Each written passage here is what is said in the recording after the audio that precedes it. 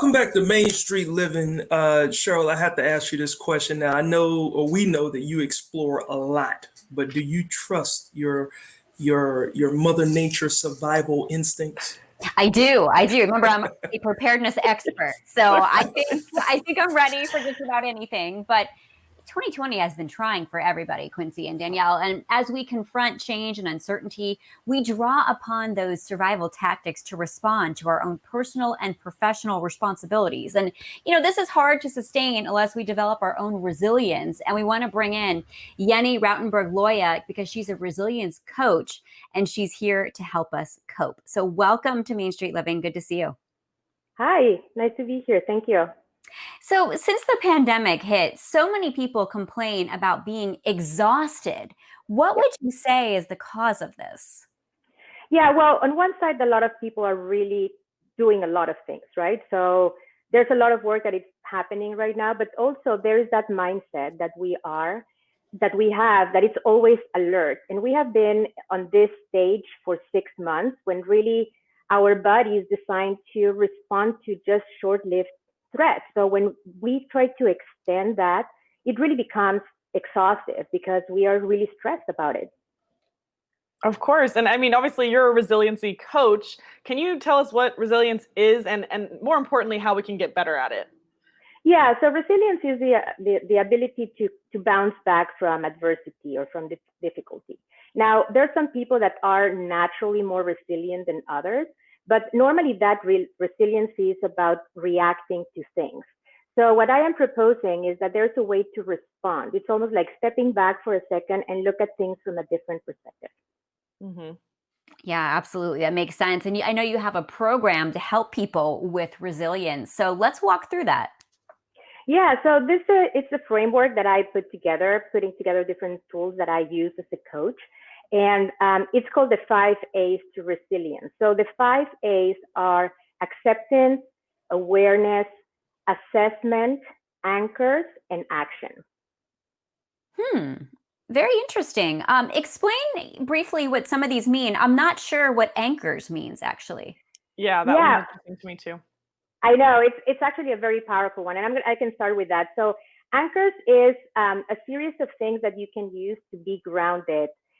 Those might include your values, your strengths, making sure that you're nurturing and building relationships that are productive and strategic, and also defining what is your definition of happiness and success, because one thing that we tend to do is to compare ourselves to others.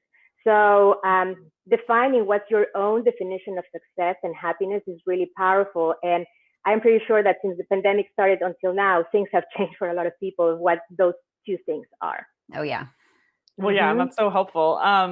Beyond the 5 A's, do you have any little life hacks for us? I know we're always looking for ways to just kind of jumpstart our lives or make things a little bit better. Do you have any advice? Yeah, so one of the things that it's important to know is that our automatic way of approaching things is looking at what's the worst case scenario. And then we pray for that, right? And we stress and we do all these things for a scenario that really doesn't look very positive. So one of the key things to do is to look at the other way and look at what are the opportunities here. So ask yourself, what is an opportunity that I can leverage here? What are the skills or strengths that I can contribute or that I can use? What are the relationships that I have? So that mindset is really important to deal with change. Other things that it's really important to take care of yourself. Make sure that you're compassionate and kind to yourself and take care of your health and well-being. Make sure that you are active. Make sure that you are doing some mindfulness practices like meditation, yoga. Make sure that you're sleeping well. I know that a lot of people are dealing with insomnia and other sleeping disorders. So it really is important to take care of ourselves, eat well, and consume information that is positive and not gets you in that spin of negative thought. Oh, yeah. I've been there before where you're in this circle and you just go round and round and you can't seem to get out of it, like one of those wheels there. So how can people sign up for coaching with you and where can they learn more information? Yeah, well, there's actually a paper that people can download to learn more about the 5 A's on my website is www.rautenbergcoach.com/resilience.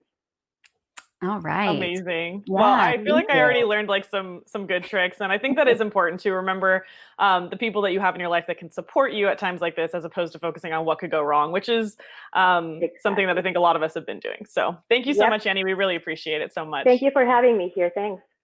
All right, stick with us here on Main Street Living, because coming up, are you interested in learning a new skill? Hmm. Possibly.